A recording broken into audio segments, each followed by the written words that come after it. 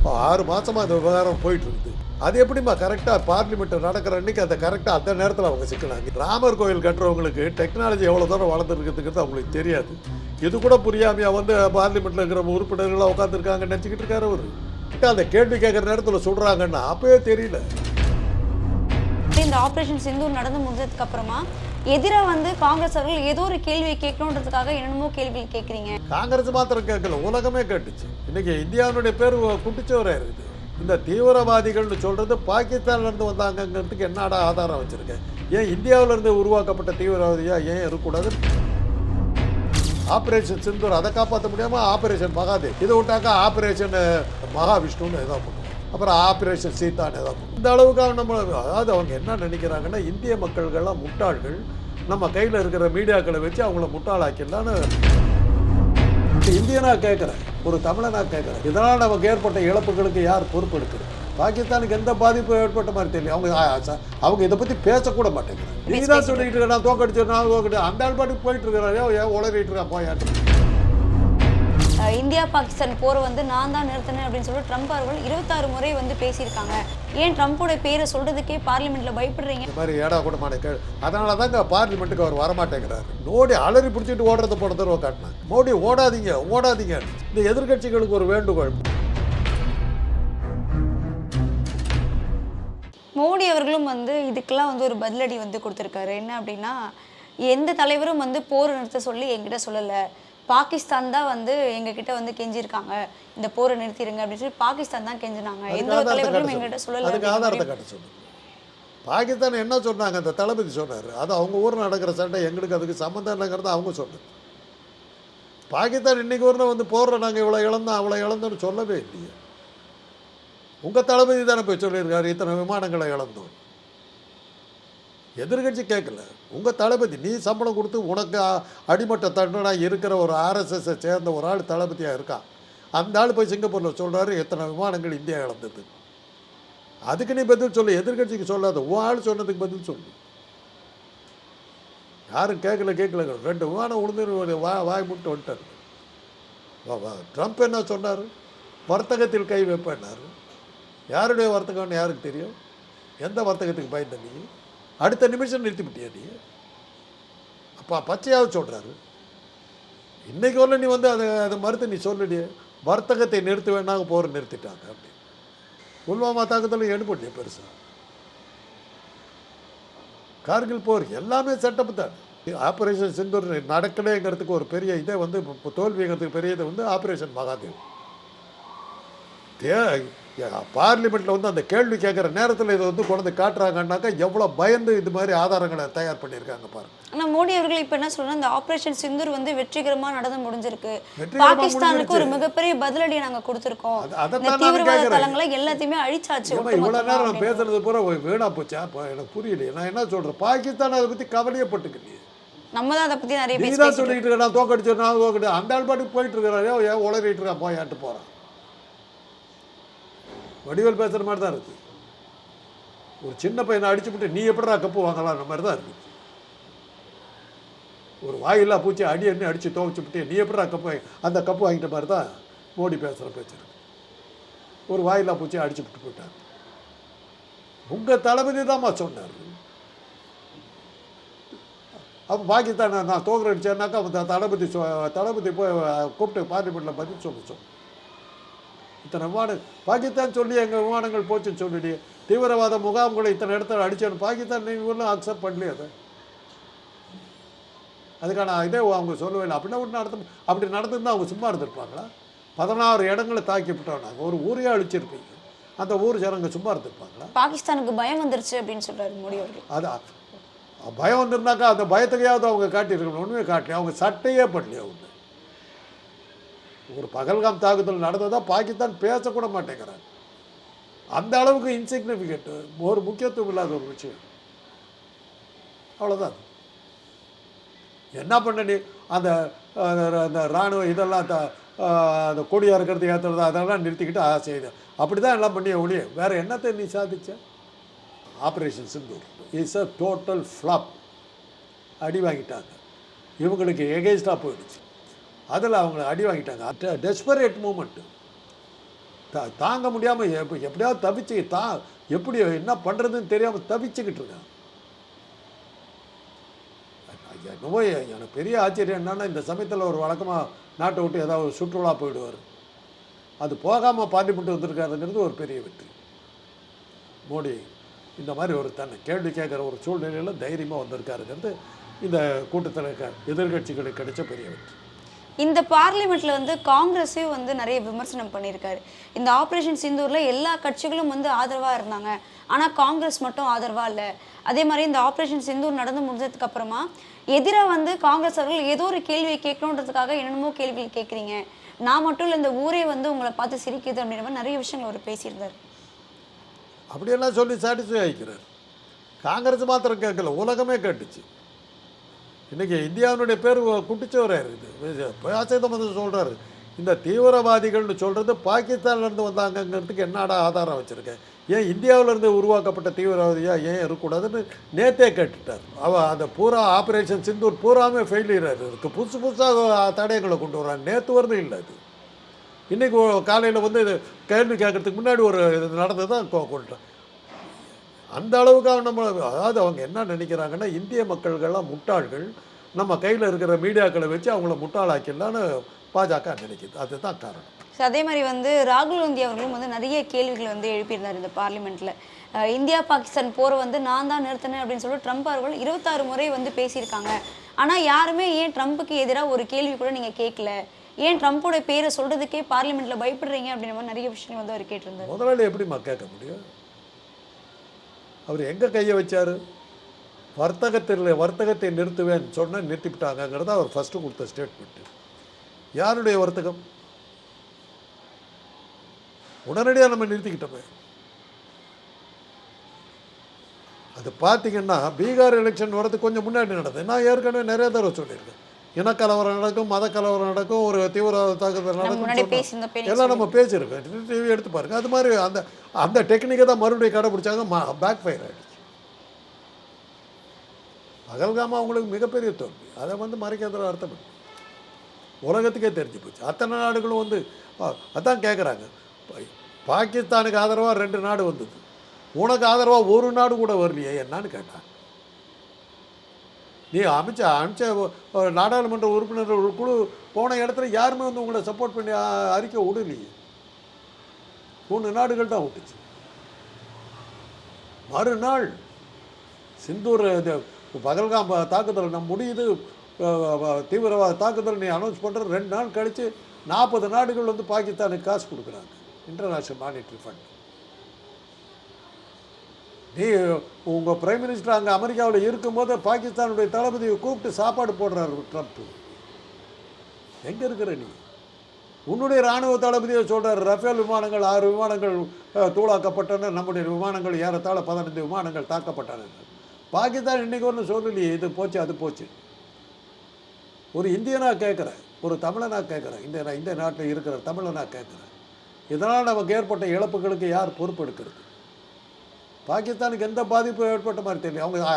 அவங்க இதை பற்றி பேசக்கூட மாட்டேங்கிறாங்க. தோற்று போயிருந்தா அவங்க சொல்லியிருக்க மாட்டாங்க, அந்த ஊரில் குழப்பம் வந்திருக்காரு. பாகிஸ்தானில் இதை பற்றி பேசுறது சீந்தறதுக்கு கூட ஒருத்தர் காணும். நீங்கள் தான் இங்கே பார்லிமெண்ட்டில் உட்காந்து கேட்டுக்கிட்டு இருக்கிறீங்க. அப்படி ஒரு நடந்திருந்ததுனாக்க பாகிஸ்தானில் எவ்வளோ பெரிய கிளர்ச்சி நடந்திருக்கும். இப்படி அடிச்சிருக்காங்க, என்ன பண்ண ஏது பண்ணுன்னு பாகிஸ்தான் சைட்லேருந்து ஒரு வார்த்தை காணுமே. இப்படி ஒரு சம்பவம் நடந்ததாக கூட அவங்க சொல்லலையே. இதை வச்சுக்கிட்டு நீ வந்து ஒரு எலெக்ஷன் நடத்துறதுக்கு போயிட்டுருக்குற. நான் அப்போயே சொன்னேன், பீகார் எலெக்ஷன் முடிஞ்சோடனே இதெல்லாம் நின்று போய்டும். இப்போ அதெல்லாம் முடியாமல் போய் தான் வந்து எலெக்ஷன் கமிஷனை வச்சுக்கிட்டு வாக்காளர் பட்டியலை தில்லுமுள்ளு பண்ணுறது எல்லாம் பண்ணிக்கிட்டு உட்காந்துக்கிட்டு இருக்காங்க. ஏன்னா இதை எடுபடலை, பகல் தாக்குதல் எடுபடலை. அதுக்காக உள்ள தேர்தல் ஆணையத்தை கையில் வச்சுக்கிட்டு இருக்கு. அதுலேயே தெரியல பகல்காம் வந்து உங்களுக்கு பேக் ஃபயர் ஆகிருக்கிறது. இதெல்லாமே ஒரு உதாரணம். இந்த ஆப்ரேஷன் சிந்தூர் டிஸ்கஷன் ஆரம்பிக்கிற அந்த சமயத்தில் வந்து பகல்காம் தாக்குதலில் ஈடுபட்ட 3 தீவிரவாதிகள் வந்து கொல்லப்பட்டிருக்காங்க, ஆப்ரேஷன் மகாதேவ் அப்படின்ற ஆப்ரேஷன் மூலமாக. இது 2மே வந்து ஒரே சமயத்தில் நடந்திருக்கே சார், அதை நீங்கள் எப்படி பார்க்குறீங்க? அவங்க இந்த ஸ்டண்ட்டில் பாஜகவுடைய ஸ்டண்ட்டுக்கு இதை விட ஆதாரம் என்ன இருக்குது? இந்த சினிமா எடுக்கிறது பெரிய விஷயமா? இன்றைக்கி ஏஐயில் வந்து முகங்கள் மாத்திரம் இருந்தால் போதும், 10 நிமிஷத்தில் கம்ப்யூட்டர் கொடுத்தீங்கன்னா அவங்க இது பண்ணி தயார் பண்ணி கொடுத்துட்றாங்க.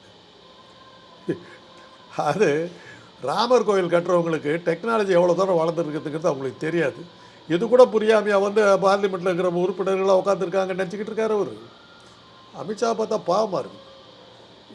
அது எப்படிம்மா கரெக்டாக பார்லிமெண்ட் நடக்கிற அன்றைக்கி அந்த கரெக்டாக அந்த நேரத்தில் அவங்க சிக்கினாங்க. இத்தனை ஒரு 6 மாதமாக அந்த விவகாரம் போயிட்டுருக்குது. இத்தனை நாள் பிடிக்காமல் கரெக்டாக அந்த கேள்வி கேட்குற நேரத்தில் சொல்கிறாங்கன்னா அப்போயே தெரியல எவ்வளோ டெஸ்பரேட்டாக இருக்காங்க, எவ்வளோ பரிதாபமான நிலைமையில் இருந்துக்கிட்டு தன்னை காப்பாற்றிக்கிறதுக்கு எந்த லெவலுக்கு இறங்கியிருக்காங்க பாருங்க. லேசான அறிவு இருக்கவங்க கூட புரிஞ்சுக்குவான் இது ஒரு ஃபேக்கு படம். அதில் இருந்தவங்களாம் தீவிரவாதிங்கிறதுக்கு என்ன இருக்குது? பார்லிமெண்ட் கூடுறதுக்கு முன்னாடி பாசியத்து முறை சொல்லிட்டாரு. இந்த தீவிரவாத தாக்குதல் சொல்கிறீங்கன்னா அந்த தீவிரவாதிகள் பாகிஸ்தானை தேர்ந்தவங்கிறதுக்கு என்ன ஆதாரம் இருக்குது? அவங்க ஏன் இந்தியாவிலேருந்தே உருவாக்கப்பட்ட தீவிரவாதிகளாக ஏன் இருக்கக்கூடாதுன்னு அவர் கேட்டார், நேற்றே கேட்டார். அதுக்கு ஆதாரமாக இன்றைக்கி அதுக்கு வருது. இவங்ககிட்ட இருந்த தீவிரவாதிகளும் அதை பண்ணியிருக்காங்கங்கிறதுக்கு இதை விட என்ன ஆதாரம் இருக்குது? உடனடியாக 3 பேர்த்த கொண்டு வந்து சுட்டு கொண்ட மாதிரி இருக்க படத்தை எடுத்து காட்டிக்கிட்டாங்கன்னா என்ன அர்த்தம்? ஆக இவங்ககிட்ட தான் இருந்திருக்காங்க அந்த தீவிரவாதி. உடனே இந்த சீன் வந்து ஷூட் பண்ணியிருக்காங்க. இம்மீடியட்டாக அந்த கேள்விக்கு பதிலாக அந்த படத்தை காட்டுறாங்க. இதை விட என்ன ஆதாரம்? இதை ப்ரூவ் பண்ணணும். அந்த படத்தில் என்ன எப்படி எடுத்தாங்க, யார் எடுத்தாங்கிறத ப்ரூவ் பண்ணணும். அதுக்கு ஒரு பார்லிமெண்ட்டு தனியாக கூடணும். இந்த படம் எப்படி எடுக்கப்பட்டது, எங்கே இந்த தாக்குதல் நடந்தது, அதுக்கான ஆதாரம் என்ன அப்படின்னு கேட்கணும். ஒரு தாக்குதல் நடந்த ஒரு ஊரில் நடந்திருக்குமில்ல, அந்த ஊர் ஜனங்களுக்கு தெரிஞ்சிருக்குமில்ல, பேப்பரில் வந்துருக்குமில்ல. அது எப்படி கரெக்டாக யாருக்குமே தெரியாது, ரகசியமாக நடந்திருக்கு. ஏன்னா செட்டிங்ஸில் போட்டு எடுத்தது. ஏஐ வந்ததுக்கப்புறம் இது மாதிரி படங்கள் இருக்க பெரிய விஷயமே கிடையாது. தாக்குதல் வந்து ஒரு ட்ராமா அப்படின்னு சொல்கிறீங்க. வேற என்ன இப்போ இவ்வளோ அதுக்கப்புறம் இந்த கேள்வி கேட்டாக்க நான் எங்கே போகிறது? அவங்களதெல்லாம் நம்பி தான் அவங்க சொல்கிறாங்க. இந்த மாதிரி ஆட்கள் இருக்காங்க நாங்கள் காட்டுறதை நம்புறதுக்கு. இது ட்ராமான்னு சொல்கிறீங்களா கேட்குற ஆளுங்க இருக்கீங்கல்ல, உங்கள் மாதிரி மீடியா வச்சு தான் பொழப்பு விட்டணும். ஏன்னா நேற்று வந்து பாதுகாப்புத்துறை ராஜ்நாத் சிங் அவரும் வந்து நிறைய விஷயங்கள் பேசியிருந்தாரு.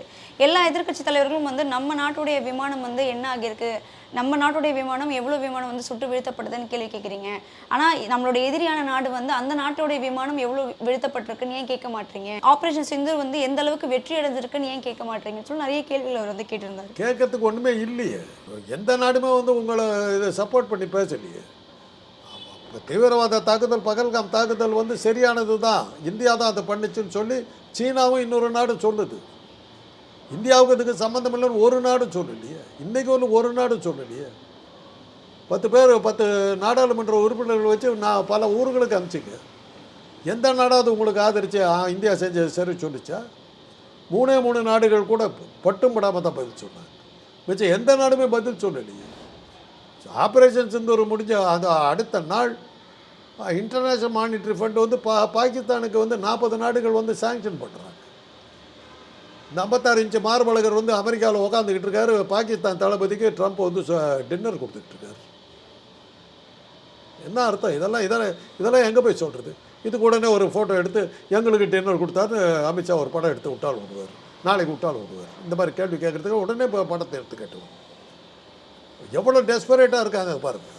உடனே ஆப்ரேஷன் மகாதேவ் நடந்தால் 3 பேர்த்த கொண்டுட்டாங்க. எந்த ஊரில் நடந்தது, எந்த இடத்துல போய் தாக்குனேன், அந்த தளபதி யார், அதை இது பண்ணது யார்? உங்கள் இராணுவ தளபதி போய் சிங்கப்பூரில் சொன்னாரம்மா 6 ரஃபேல் விமானங்கள் மொத்தம் 11 விமானங்கள் சுட்டு வீழ்த்தப்பட்டன. சிங்கப்பூரில் அவர் ஸ்டேட்மெண்ட், அவர் பிடிச்ச ஆக்ஷன் எடுக்க வேண்டியதான். பாகிஸ்தான் தளபதி சொல்லுங்க, சொன்னது உங்கள் தளபதி, அவர் தானே சொன்னார். அதை தான் கேட்குறாங்க. நீ தான் அவர் சம்பளம் கொடுத்து வச்சுருக்க, அவர் தானே போய் சொன்னார். பிபிசி படம் போட்டாங்களே, சிஎன்எனில் வந்து போட்டாங்களே, ரஃபேல் விமானம் துண்டாக கிடக்குது. என்ன பண்ண முடிஞ்சது உங்களால்? அவ்வளோ பெரிய இது. அது ரஃபேல் விமானம் ஊழலுங்கிறது உலக பிரசித்தி பெற்றது. அது ஒன்று இருக்குது. இவ்வளவும் இழந்துட்டு இன்றைக்கி இப்போ பகல்காம் இது விஷயமே வந்து இப்போ படுதோல்வியில் முடிஞ்சு போச்சு. அதை காப்பாற்றிக்கிறதுக்கு தெரியாமல் தான் இப்போ எவ்வளோ தடுமாறுறாங்க.